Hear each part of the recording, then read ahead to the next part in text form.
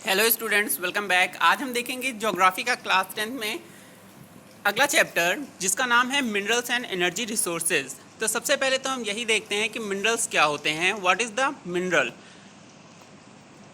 Definition कहती है हमारी according to NCERT, mineral is defined as naturally occurring substances. Mineral वो होते हैं जो प्राकृतिक रूप से पाए जाते हैं and they have a crystalline structure, और उनकी एक निश्चित संरचना होती है, यानी कि वो एक निश्चित रूप में पाए जाएंगे, एंड डेफिनेट केमिकल कंपोजिशन, और उनका एक निश्चित रासायनिक संगठन होगा।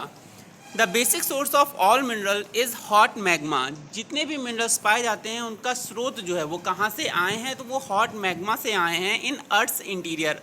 अर्थ के यानी कि हमारी पृथ्वी के भीतर जो गर्म मैग्मा है, लावा भरा है, वही सारे मिनरल्स का मेन सोर्स है। समझते हैं इसे अर्थ के स्ट्रक्चर से। अगर हम अर्थ को इंटीरियर स्ट्रक्चर देखते हैं तो कुछ ऐसा दिखाई देगा। अर्थ की जो कोर है येलो कलर से जो आपको दिख रही है, इसे इनर कोर कहते हैं, और इसका टेम्परेचर लगभग 6000 डिग्री सेंटीग्रेड तक है। यहाँ से जैसे जैसे हम बाहर की तरफ आते हैं वैसे वैसे टेम्परेचर कम होता जाता है और कई तरह के मिनरल्स फॉर्म होते हैं। मिनरल्स कितनी तरह से फॉर्म होते हैं उसके आधार पर पूरी अर्थ को 4 लेयर्स में बांटा गया है: निफे, सिग्मा, सियाल और क्रस्ट।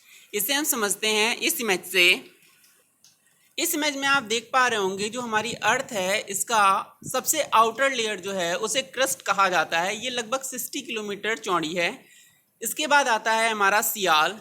SiAl से मिलकर बना है, तो याद रखिएगा ये जो लेयर है हमारी अर्थ की, इसमें 2 मेन कंपोनेंट हैं, सिलिका और एल्युमिनियम।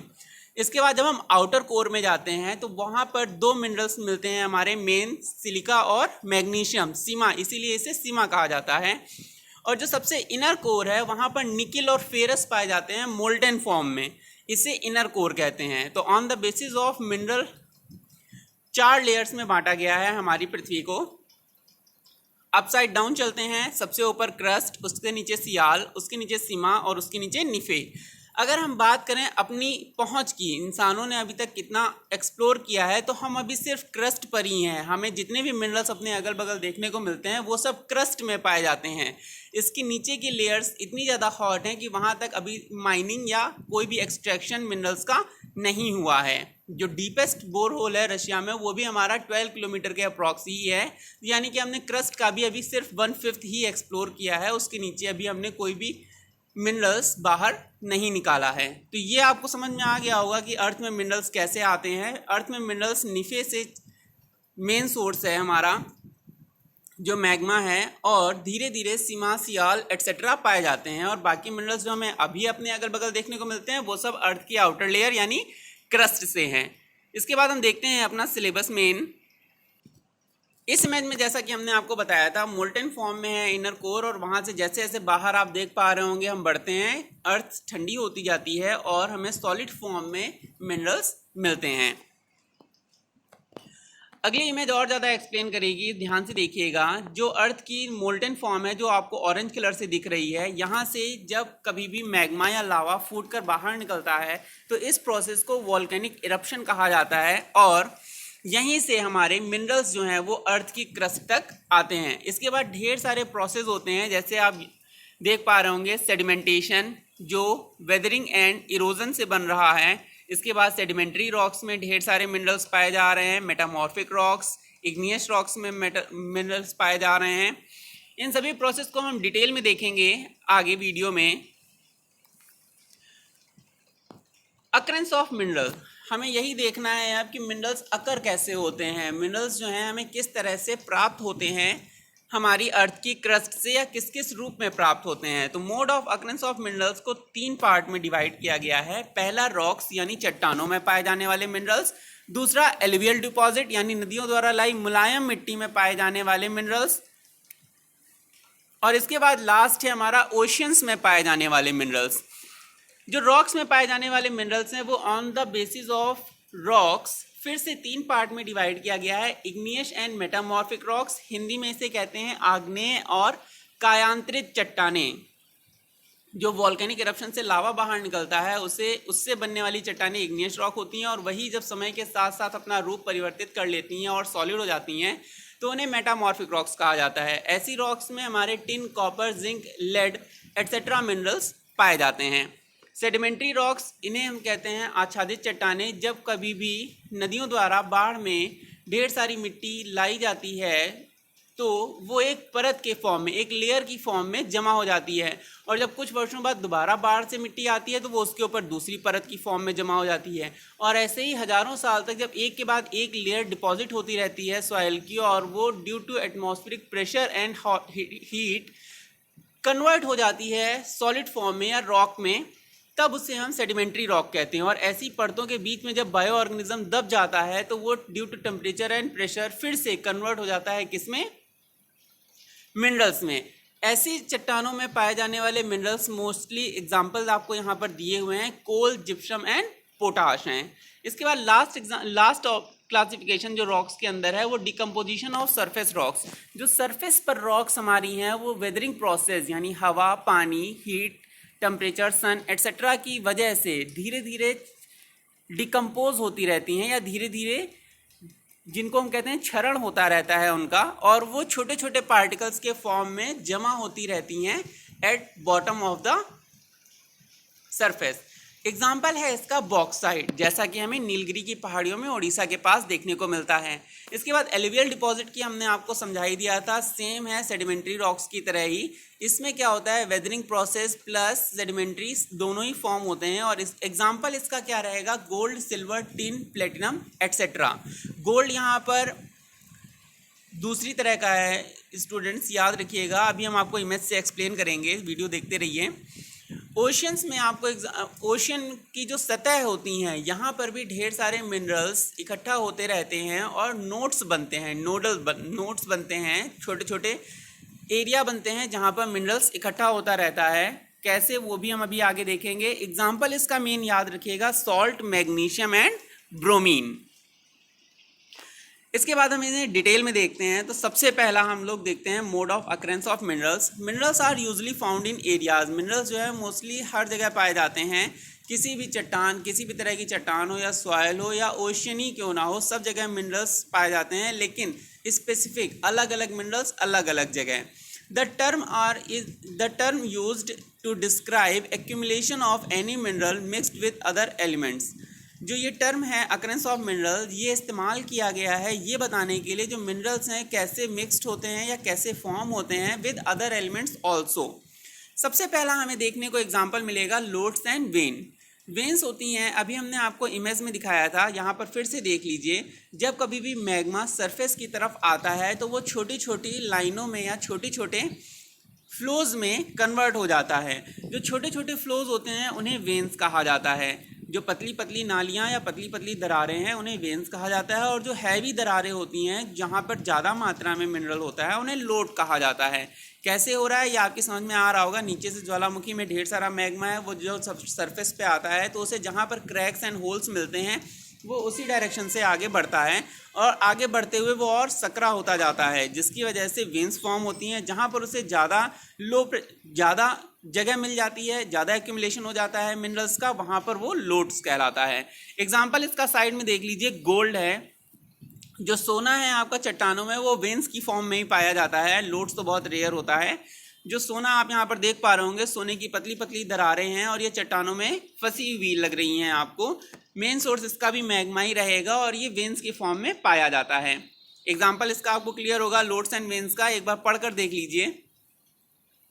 डेफिनेशन आपको लिखनी क्या है बोर्ड एग्जाम में, in igneous and metamorphic rocks in the cracks यानी दरारों में, फॉल्ट्स यानी जहाँ पर टूट फूट हो, वहाँ पर ये पाए जाते हैं lodes and veins. The smaller occurrence are called, जहाँ पर कम मात्रा में मिनरल पाया जा रहा है पतला पतला, वहाँ पर वेन्स कहलाएगा। And the larger are called lodes. Example इसका आप यहाँ से देख पा रहे होंगे, Ag यानी सिल्वर, Au यानी कि सोना, और Zn यानी जिंक एटसेट्रा। इसके बाद दूसरा एग्जाम्पल हम देखते हैं। दूसरा एग्जाम्पल है beds and layers. Sedimentary rocks में मोस्टली होता है, हमने आपको बताया था कैसे होता है, जब एक के बाद एक लेयर फॉर्म होती रहती है और उसके बीच में कोई बायो ऑर्गेनिज्म दब जाता है तब। कैसे लिखना क्या है ये देख लीजिए। In sedimentary rocks minerals occur in beds और layers, they have been formed as a result of deposition. ये लगातार एक के बाद एक डिपोजिशन, जो डिपॉजिट होती रहती है लेयर एक के ऊपर एक, उसका रिजल्ट होते हैं। एक्यूमुलेशन, उसी के बीच में जब जमा हो जाता है बायो ऑर्गेनिज्म या मिनरल्स। एंड कॉन्सेंट्रेशन, और एक जगह पर जब एकत्रित हो जाता है मिनरल इन हॉरिजॉन्टल स्ट्रेटा यानी क्षैतिज परतों में, तब उससे हम क्या कहते हैं, बेड्स एंड लेयर्स। एग्जाम्पल इसके क्या रहेंगे, gypsum, limestone, potash and salt. Image से एक बार और देख लेते हैं तो ज़्यादा क्लियर हो जाएगा। इमेज में हम देखते हैं तो ये इमेज है आपकी सेडिमेंट्री रॉक्स की। इसमें आप देख पा रहे होंगे जैसे जैसे डार्क लेयर है वहाँ पर कोरस ग्रेन्स यानी कोरस मिनरल्स हैं, उसके ऊपर की परत, उसके ऊपर आपको लेयर्स की फॉर्म में ये चट्टान देखने को मिल रही है, क्योंकि ये सारी परतें जो हैं कई वर्षों में फॉर्म हुई हैं, एक के बाद एक परत एक के ऊपर एक जमती गई है, जिससे ये जो है due to atmospheric pressure and temperature convert होकर रॉक बन गई हैं। और इन्हीं परतों के बीच में जब कोई बायो ऑर्गेनिज्म दब जाता है तो वो समय के साथ कन्वर्ट हो जाता है मिनरल्स में, जैसे हो गया कोल हमारा। और यही कोल जब बहुत ज़्यादा समय के लिए एक्सट्रीम प्रेशर और टेम्परेचर पे रहता है तो कन्वर्ट हो जाता है किस पे, ग्रेनाइट और डायमंड में। ये तो आपने जूनियर क्लासेस में भी पढ़ा है। इसके बाद हम नेक्स्ट पॉइंट देखते हैं, decomposition of surface rocks. Decomposition of surface rocks ये बताता है कि जब कभी भी मिनरल्स सरफेस पर हों या कोई रॉक्स जो हैं वो सरफेस पर होती हैं और वो डिकम्पोज होती रहती हैं ड्यू टू वेदरिंग प्रोसेस, तो वो कन्वर्ट हो जाती हैं और एक्यूमुलेट हो जाती हैं eight the bottom of layer. Example इसका है बॉक्साइट।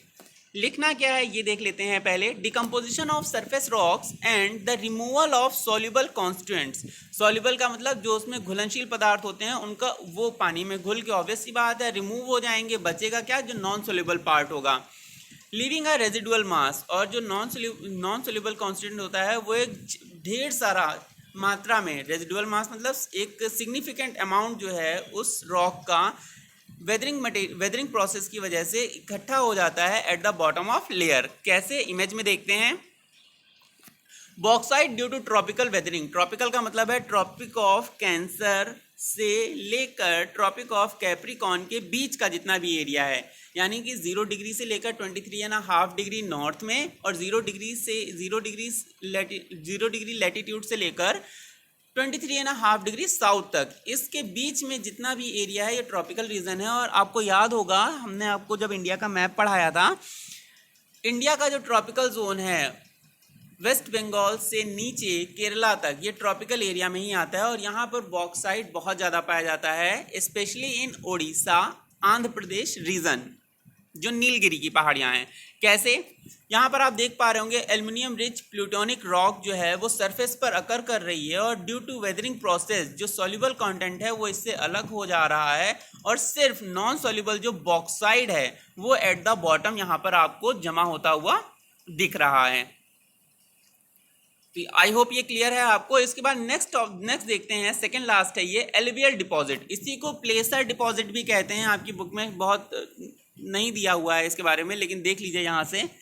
एलुवियल डिपॉजिट कैसे होते हैं। एलुवियल सॉइल आपको पता है नदियों द्वारा लाई हुई मिट्टी से, नदियों द्वारा लाई हुई सिल्ट से बना जो मैदान है हमारा, वो एलुवियल सॉइल कंटेन करता है, नॉर्दर्न प्लेन स्पेशली, और उधर असम, ब्रह्मपुत्रा, ईस्टर्न में।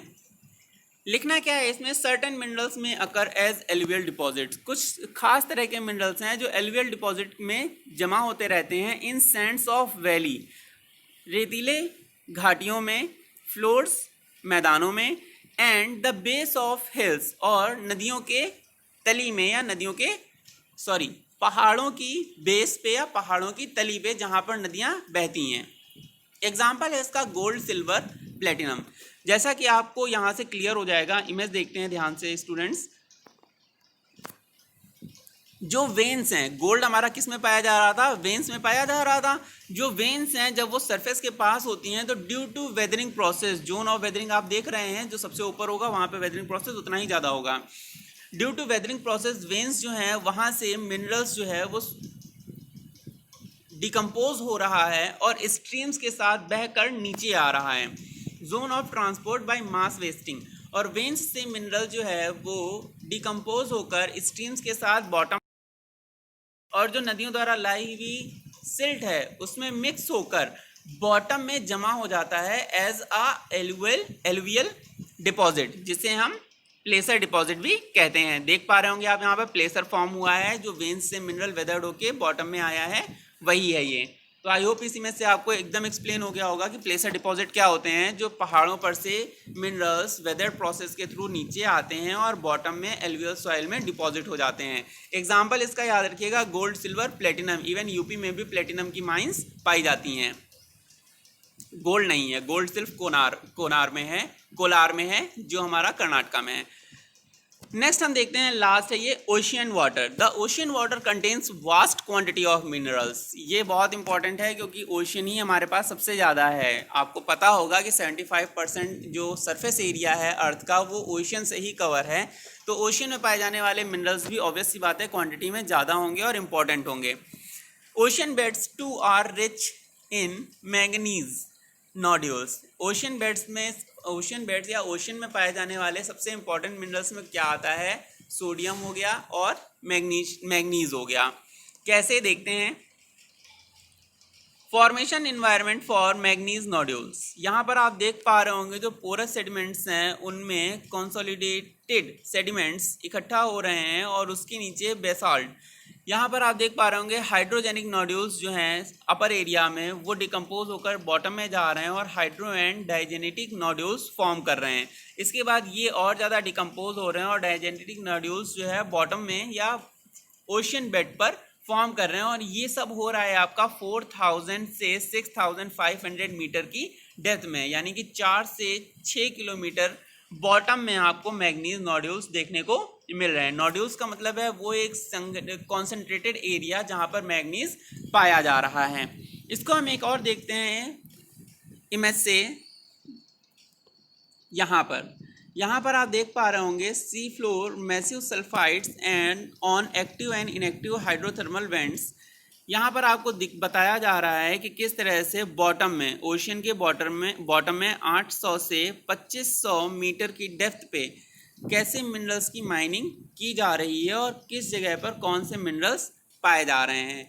अगर हम ओवरऑल मिनरल्स की बात करें तो ओवरऑल मिनरल्स में 55%, ओशियन से मिलने वाले मिनरल्स में 55% क्लोराइड है जो हम एक्सट्रैक्ट करते हैं, 31% सोडियम एक्सट्रैक्ट करते हैं, मैग्नीशियम है जो 7.7% है, सल्फर 3.7%, इसके बाद कैल्शियम एंड अदर मिनरल्स हैं जो एक्सट्रैक्ट किए जाते हैं ओशियन से।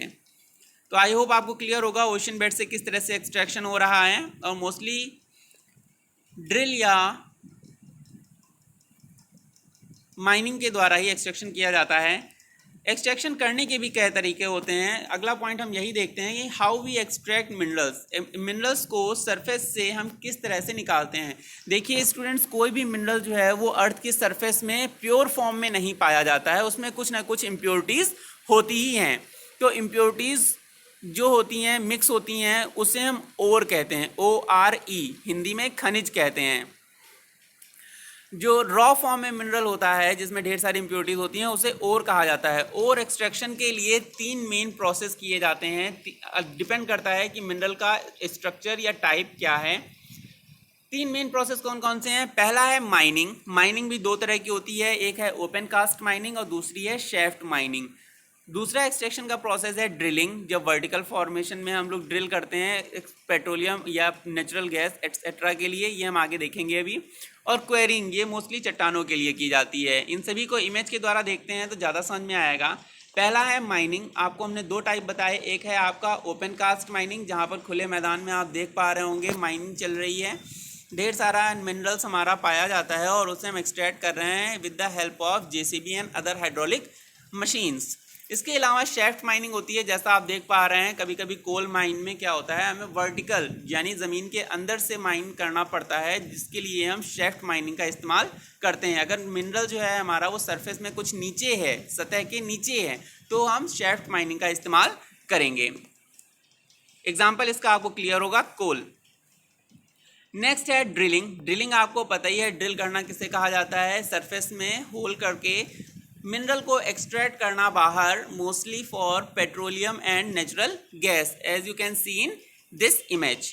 इसके बाद नेक्स्ट आता है क्वेरिंग। क्वेरिंग आपने देखा होगा ढेर सारी मूवीज़ में बॉलीवुड की आता रहता है, जहाँ पर लेबर्स के द्वारा चट्टानों को तोड़ा जाता है। मोस्टली अगर आपने जेल वगैरह के सीन देखे होंगे तो आपको याद होगा, चट्टानें तोड़कर उनको कन्वर्ट किया जाता है स्मॉल रॉक्स में और उनका इस्तेमाल किया जाता है in the formation of roads and other construction work. तो आई होप ये तीनों प्रोसेस आपको क्लियर होंगे। और क्वेरिंग भी तभी किया जाता है जब मिनरल हमारा जो है वो सरफेस पर ही पाया जा रहा होता है। केवल शेफ्ट माइनिंग और ड्रिलिंग ही तब की जाती है जब मिनरल हमारा सरफेस के बहुत नीचे होता है। इसके बाद नेक्स्ट देते हैं क्लासिफिकेशन ऑफ मिनरल्स। मिनरल्स होते कितने तरह के हैं? अभी हमने आपको बताया on the basis of property of mineral extraction process हम चूज करते हैं, तो हमें ये जानना जरूरी है कि क्लासिफिकेशन ऑफ मिनरल्स होते कितनी तरह के हैं। मिनरल्स को मोस्टली 3 पार्ट में क्लासिफाई किया गया है। वैसे तो क्लासिफिकेशन अलग अलग बेसिस पे कई तरह का होता है, पर जो आपकी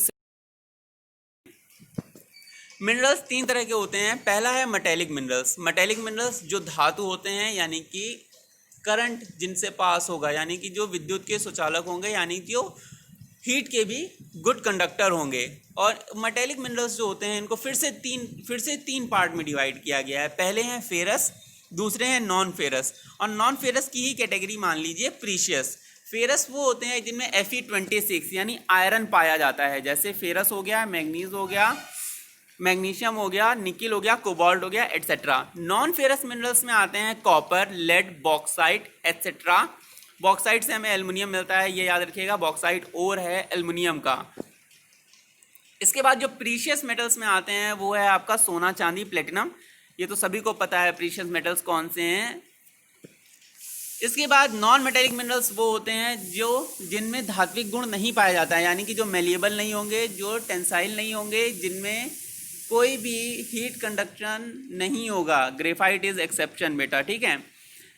जो करंट के भी अच्छे कंडक्टर नहीं होंगे, ग्रेफाइट इज अगेन एक्सेप्शन इसमें। नॉन मेटेलिक मिनरल्स के एग्जांपल देखते हैं, तो नॉन मेटेलिक मिनरल्स के एग्जांपल होंगे mica, salt, potash, sulphur, marble etcetera. इसके बाद जो थर्ड क्लासिफिकेशन है मिनरल का वो है आपका एनर्जी रिसोर्स। एनर्जी यानी कि ऐसे मिनरल्स जिनसे हमें एनर्जी मिलती है, जैसे कोल हो गया, पेट्रोलियम हो गया, नेचुरल गैस हो गया। जिनको राइटिंग में दिक्कत आ रही हो वो यहाँ से क्लासिफिकेशन देख सकते हैं, बहुत ही सिंपल तरीके से एग्जाम्पल भी लिखे हैं। Minerals metallic, non metallic, energy. Metallic are further classified in ferrous, non ferrous and precious. Non metallic का एग्जाम्पल यहाँ पर माइका, सॉल्ट है। एनर्जी का coal, petroleum, natural gas etcetera, same as above, केवल प्रोफेशनल वे में। Next है आपका conservation of mineral. आज का लास्ट टॉपिक है ये, conservation of mineral. Why do we need to conserve minerals? सारे इस्तेमाल करके हम बेटर डेवलपमेंट क्यों नहीं कर लेते हैं? इसलिए क्योंकि हमें फ्यूचर जनरेशन के लिए भी तो कुछ छोड़ना है। और जब वीडियो ये मैं बना रहा हूँ आज 28 जुलाई की डेट में, आज के दिन वर्ल्ड नेचर कंजर्वेशन डे भी है। वर्ल्ड नेचर कंजर्वेशन डे यानी कि हमें प्रकृति से मिली हुई सारी चीज़ों का सम्मान करना है और ऐसा वे अडॉप्ट करना है रिसोर्सेज को यूटिलाइज करने का जिससे नेचर को नुकसान ना पहुंचे। क्योंकि जब तक नेचुरल रिसोर्सेज हैं, मिनरल्स हैं, तब तक ह्यूमन सर्वाइवल है। अदरवाइज एक टाइम ऐसा आएगा जब नेचर जो है बिल्कुल ही पॉल्यूट हो चुकी होगी और ह्यूमन सर्वाइवल पॉसिबल नहीं होगा। और 28 जुलाई को वर्ल्ड हेपेटाइटिस डे भी होता है, तो ये याद रखिएगा अगर याद रखना हो, अतिरिक्त ज्ञान है ये। वर्ल्ड हेपेटाइटिस डे 28 जुलाई को ही होता है। वर्ल्ड नेचर कंजर्वेशन डे ये भी 28 जुलाई को ही होता है। क्या है, क्यों जरूरी है कंजर्वेशन, इसको देख लेते हैं। Importance of conservation of minerals and how you can achieve it. हमें मेजर्स भी बताने हैं कि हम कैसे अचीव कर सकते हैं। दोनों क्वेश्चन हमने एक साथ इसमें रख दिए हैं जिससे आपको ज़्यादा ना याद करना पड़े। Mineral conservation is essential. Mineral conservation जो है वो जरूरी है। क्यों? पहला पॉइंट कह रहा है मिनरल्स आर नॉन रिन्यूएबल और फाइनाइट इन नेचर। मिनरल्स जो है वो नॉन रिन्यूएबल यानी कि बहुत तेज़ी से नहीं बनते हैं। जो कोल हो गया, डायमंड हो गया, इनको बनने में हज़ारों लाखों साल का समय लगा है। अगर हम जितनी तेज़ी से इस्तेमाल कर रहे हैं उतनी तेज़ी से इस्तेमाल करेंगे तो एक टाइम ऐसा आएगा जब ये बिल्कुल भी नहीं बचेंगे। यानी कि कोल सारा हमने इस्तेमाल कर लिया, अभी इलेक्ट्रिसिटी प्रोड्यूस करने के लिए थर्मल पावर प्लांट्स में, तो एक टाइम ऐसा आएगा जब कोल बिल्कुल भी नहीं बचेगा, तब हम एनर्जी कैसे प्रोड्यूस करेंगे? इसीलिए हमें उतना ही कोल इस्तेमाल करना चाहिए जिससे आज की ज़रूरतें पूरी हो जाएं और फ्यूचर को भी नुकसान ना पहुंचे। फ्यूचर के लिए भी कोल हमारे पास बचा रहे। ये एग्जाम्पल है। मिनरल्स जो हैं वो नॉन रिन्यूएबल हैं, यानी कि बहुत तेज़ी से नहीं बन रहे हैं और एक बार ख़त्म होने के बाद वापस नहीं पाए जा सकते हैं। और हम ये भी कह सकते हैं कि फाइनाइट इन नेचर, ये सीमित मात्रा में ही पाए जाते हैं। सेकंड पॉइंट कह रहा है the geological process of mineral formation takes place over million of years. जैसा हमने आपको फर्स्ट पॉइंट में बताया, मिनरल्स के फॉर्मेशन में प्राकृतिक रूप से करोड़ों लाखों सालों का समय लगता है, यानी कि एक बार ख़त्म होने के बाद ये इतनी जल्दी तो नहीं आएंगे। थर्ड पॉइंट कह रहा है continued extraction leads to increasing cost. अगर हम लगातार, अब देखिए यहाँ पर सिंपल सी इकोनॉमिक्स है, जितना कम चीज़ होगी उसका प्राइस उतना ज़्यादा होगा। यानी कि आप देख ही रहे होगे अपने अगल बगल सबसे ज़्यादा क्या पाया जाता है, लोहा, एल्युमिनियम, तो ये सस्ता है। सोना चांदी कम पाया जाता है इसलिए ये महंगा है। यानी कि जो चीज़ कम होती है वो अपने आप कीमती हो जाती है। अगर हम कॉन्टिन्यूड एक्सट्रैक्शन लगातार खर्च करते रहेंगे मिनरल्स को, तो एक टाइम ऐसा आएगा जब मिनरल्स बहुत कम रह जाएंगे, तो इनकी कीमत जो होगी वो भी उस टाइम पर आएगी। इसलिए ज़रूरी है कि मिनरल्स को हम सस्टेनेबल तरीके से इस्तेमाल करें, जिससे ये कॉस्ट इफेक्टिव भी बने रहें। नेक्स्ट पॉइंट कह रहा है minerals had to be used in a planned and sustainable manner. Minerals को एक प्लांट तरीके से इस्तेमाल करना चाहिए, जिससे कि वो आज की ज़रूरतों को भी पूरा करें और भविष्य के लिए भी बचे रहें। इसी को कहा जाता है sustainable development, to fulfill the need of present without compromising the future, that is sustainable development. Next point कह रहा है improved technologies should be evolve to reduce cost. जैसे हमने देखा कि आज से बहुत साल पहले जब गाड़ियां बनना शुरू हुई थी तो गाड़ियों की माइलेज जो है वो बहुत कम होती थी, 10 किलोमीटर पर लीटर, 20 किलोमीटर पर लीटर। लेकिन फिर धीरे धीरे हमने क्या किया, टेक्नोलॉजी को और ज़्यादा एडवांस किया और आज के टाइम पर 80 से 90 किलोमीटर पर लीटर माइलेज देने वाली गाड़ियां भी हमारे पास हैं। तो यही पॉइंट यहाँ कहा जा रहा है कि हम ऐसी टेक्नोलॉजी को इवॉल्व करें, ऐसी टेक्नोलॉजी को अपडेट करें, बनाएं, या हमारे पास जो टेक्नोलॉजी पहले से है उसे हम और इम्प्रूव करें, जिससे कि कॉस्ट रिड्यूस हो। मिनरल्स को इस्तेमाल करने की, एक्सट्रैक्शन की, ट्रांसपोर्ट की, इन सारी चीज़ों में जो हमारी कॉस्ट लग रही है वो कम हो। एक और एग्जांपल इसका देते हैं हम। जैसे आपने देखा होगा, अगर कभी हम बाइक पे पेट्रोल भराने जाते हैं या कार पे पेट्रोल भराने जाते हैं तो पेट्रोल पंप वाले भैया क्या करते हैं, जल्दी से पेट्रोल भर के हटा लेते हैं और गाड़ी से पंप हटने के बीच में 4-5 बूंदे पेट्रोल की जो है वो वेस्ट हो जाती हैं। अब इमेजिन करिए एक आदमी पे 4 से 5 बूंदे खर्च हो रही हैं, तो पूरे इंडिया में करोड़ों लोग पेट्रोल भराते हैं, ठीक है। 5 करोड़ 10 करोड़ बूंदे जो हैं डेली पेट्रोल की वेस्ट हो जाती हैं because of improper filling process. अब 4 से 5 करोड़ बूंदों की अगर हम कॉस्ट निकालें तो ये लाखों करोड़ों रुपए में आएगी। और सबसे बड़ी दिक्कत ये है कि इंडिया में फ्यूल उतना ज़्यादा, पेट्रोलियम उतना ज़्यादा है भी नहीं, हमें बाहर से मंगाना पड़ता है, बाहर से इंपोर्ट करना पड़ता है। तो ये सारी चीज़ें ध्यान में रखनी चाहिए और हमें ऐसे मेथड्स अडॉप्ट करने चाहिए, या ऐसे मेथड्स की खोज करनी चाहिए जिससे कि सबसे कम वेस्ट हो इन मिनरल्स का और इन मिनरल्स को ऑप्टिमम यूटिलाइज किया जा सके। लास्ट पॉइंट कह रहा है recycling of metals and other substitutes reduce wastage by adopting better methods of handling. Same चीज़ जो हमने अभी आपको बताई, जितना बेटर मेथड होगा हैंडल करने का और जितना ज़्यादा हम रिसाइकिल करेंगे मेटल को, यानी कि हमारे पास जो मेटल है ऑब्वियस सी बात है वो डिके होता है लेकिन इतना ज़्यादा नहीं होता है। एग्जांपल लेते हैं फिर से, जैसे घर की बाल्टी हो गई लोहे की, ठीक है। एक टाइम आता है जब उसके बॉटम में होल हो जाता है और वो इस्तेमाल लायक नहीं रहती है और लोग उसे कबाड़ी वाले को बेच देते हैं। क्या करता है वो कबाड़ी, वो जंक मैन जो होता है, वो जंकर जो होता है, वो उसे क्या करता है, वो उससे ले जाके वापस मोल्ड करता है और उससे एक नई बकेट बनाता है। ये हुआ रिसाइकिल, यानी कि हमने एक वेस्ट मटेरियल को फिर से रीयूजेबल बना लिया। तो जितना ज़्यादा हम चीज़ों को रिसाइकिल करेंगे और रीयूज़ करेंगे उतना ही ज़्यादा हम अपने इन्वायरमेंट को हेल्दी रखेंगे, उतना ही ज़्यादा हम मेटल्स या मिनरल्स को कंजर्व कर पाएंगे और उतना ही ज़्यादा सस्टेनेबल डेवलपमेंट को हम अचीव कर पाएंगे और उतना ही ज़्यादा हम फ्यूचर जनरेशन के लिए भी अच्छा कर पाएंगे। तो आई होप आपको आज का वीडियो कुछ इंटरेस्टिंग लगा होगा और यूज़फुल लगा होगा। जो भी डाउट्स हों वो आप कमेंट सेक्शन में ज़रूर पूछ लीजिए। इसके बाद आपके पर स्टेट वाइज, इंडिया में हर स्टेट वाइज कौन सा मिनरल पाया जाता है वो मैप वर्क देखना है, तो अगला वीडियो भी इंपॉर्टेंट है। उससे पहले ये रिवाइज कर लीजिए, जो भी डाउट्स हों वो कमेंट सेक्शन में ज़रूर पूछ लीजिए। Thanks for watching.